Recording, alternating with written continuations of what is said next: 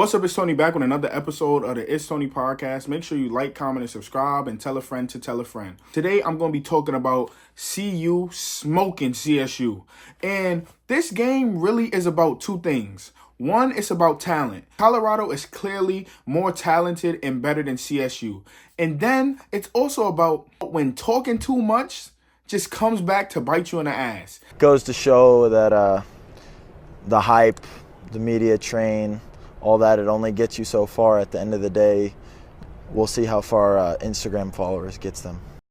CSU players, the quarterback and the wide receiver, they had a clip go viral before the game saying, oh, we should have murdered them. Kind of left it all on the field. I don't feel like we left it all on the field because we should have murdered them guys. And, you know, they came out with that attitude as they were on top of the world.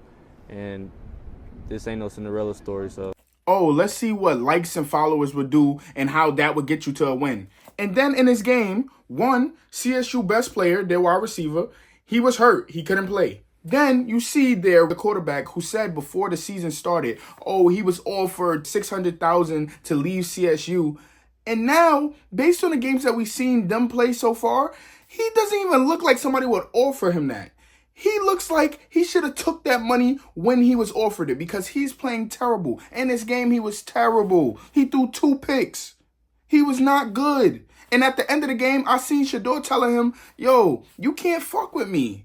You see the embrace with Hunter and Blackburn? Yeah, you love it. And Blackburn? Yeah, you love it. And he can't. This game just showed that you need to be quiet sometimes. I understand wanting to build your team up so they can have confidence going into the game and they can believe that they can actually win. But not from you. Not from you. You clearly see based on today that there are just two different levels. CSU, they played great last year. But I can also say that that game was close last year because Colorado is undisciplined and they get a lot of penalties and they do a lot of sloppy mistakes. This year, they show that they're just way more talented. And this video, I'm not going to be talking about CSU too much because this game was all about Colorado. Colorado just was a better team and they were just more talented. And CSU is just not good enough, especially with their best player being out. There was a part of the game where the CSU quarterback ran out of bounds and he told Travis, you're too little. Getting to the sideline and he escapes. But look at all the time that's gone off. There's just 8 seconds left. Then later on in the game, Travis picked him off. Pocket. Throwing on the run, and it's picked off. Again, he's just talking too much. He's not even good enough to be talking how he is talking. But back to Colorado. Colorado is just a better team than CSU. Travis is great. Shador is great. The wide receivers are great. And today they finally ran. Like, I got to give them credit. They did run the ball today.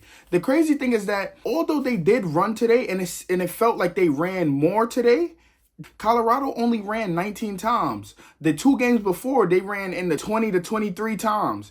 So in this game, they actually ran less and the running game looked better. And that's why, although they won and I think they did a lot of things great, I'm going to nitpick this win. But before I nitpick this win, I'm going to talk about the pros of CU's game today. So the defense really looked great. Like, they looked really solid today.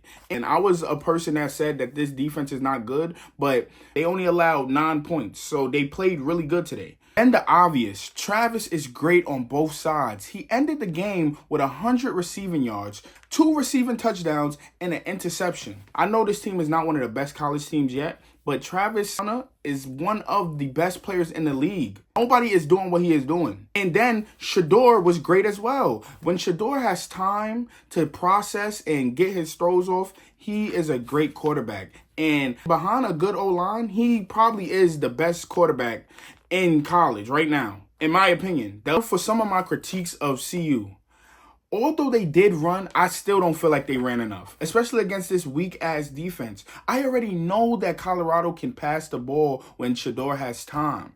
I don't know if Colorado can consistently run the ball and get yards. I think that they need to run more. And what makes it worse is during the end of the game, when they didn't need to pass at all. Like, if they ran the ball, the clock would have ran out. And they still didn't run the ball. It's becoming a thing where Colorado just doesn't want to run. And they need to run to win these games. And they have running backs that can run. So towards the end of the game, I'm not even sure why Shador is passing. So that's another piece of my critique of Colorado. Sometimes Shador is passing when he doesn't need to. And that has to do with just poor time management. Seeing Colorado, even though they up by a lot of points, still trying to pass the ball. For what? I'm also seeing Colorado use timeouts that they don't need to be using. Y'all not good enough to just be wasting timeouts. And that's my opinion. But that's why I think it's important to nitpick this game. Because although Colorado clearly is better than CSU, Colorado is not clearly better than nobody in their conference. So I don't understand why Colorado isn't implementing good habits in their team. Just because you're clearly better than your opponent doesn't mean that you need to continue with bad habits. Another example of them having bad habits, they are undisciplined. It's no reason why they had 10 plus penalties today. It's no reason. And against a good team, that's going to come back to haunt them. Shannon has a quote that explains this win perfectly. Don't accept anything in a win that you wouldn't accept in a loss. So all of these penalties, why is this team getting penalized so much? Another thing, why is Travis Hunter playing useless, unnecessary snaps? You're up by 19. Why is Travis Hunter in the game? At one point, the score is 28-3. They're in the fourth quarter. There's not a lot of time, and CSU clearly can't come back. CSU chooses to run the ball. They get through the hole, and they run down the field. Travis Hunter is the one that chases down the running back. He gets him down, and he hurts his shoulder.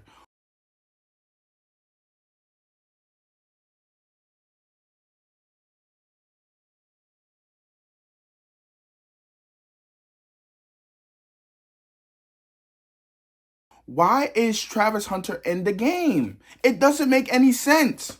It doesn't make any sense. He doesn't need to be in the game. You don't need to get all these penalties. You don't need to be throwing the ball when you're clearly up and you only need to waste time. It doesn't make sense. This game, they won. It was a great win. But I still see a lot of alarming things from this team. I feel like Colorado wants people to hype them up on games that they are supposed to win.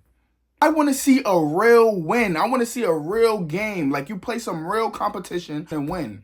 And I want people to understand that this is nitpicking. I am nitpicking for a reason. Because some of the things you see in CU's win, you don't want to see them continue to do that in a game where they aren't clearly better than the other team. Because if they do some of these bad habits in a game where the talent level is kind of close, the other team that is more disciplined and that is smarter and that coaches better will beat them. And I do feel bad for Colorado because it's like a lose-lose. If you win, they're going to nitpick. If you lose, they're going to hammer down on you. But I want to see a game by Colorado that is close to perfect. Like, yes, you could get penalties. Yes, you can make mistakes. But some things you have to nip in the bud. For instance, Mata missing that field goal. Against a good team, you can't do that. Against a good team, Colorado can't have 1 minute left on the clock and still choosing to throw the ball. It's no reason to do that. It's no reason to have a generational player like Travis Hunter on your team and you're using him in plays where he doesn't need to be on the field at all. If you're up, why is he still on the field? Let him go get a break. But that's the end of my nitpicking. Colorado played well today. They ran. They have good running backs. Their quarterback is good. They have good wide receivers. And the star of the show today, although it was Travis Hunter, is that defense. I know a lot of people like to talk about Colorado's secondary, but Colorado's linebackers are great. Great. They play really, really well. This game showed it. Shout out to Robert Livingston. He coached a really good game today.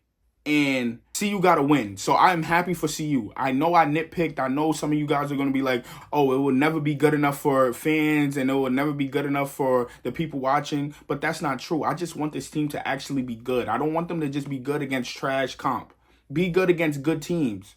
So shout out to CU. I hope they continue to win and continue to stack W's. And I'm going to continue to watch these games and review these games. Make sure you like, comment, and subscribe and tell a friend to tell a friend. It's Tony from the It's Tony podcast. And I'll see y'all in the next video.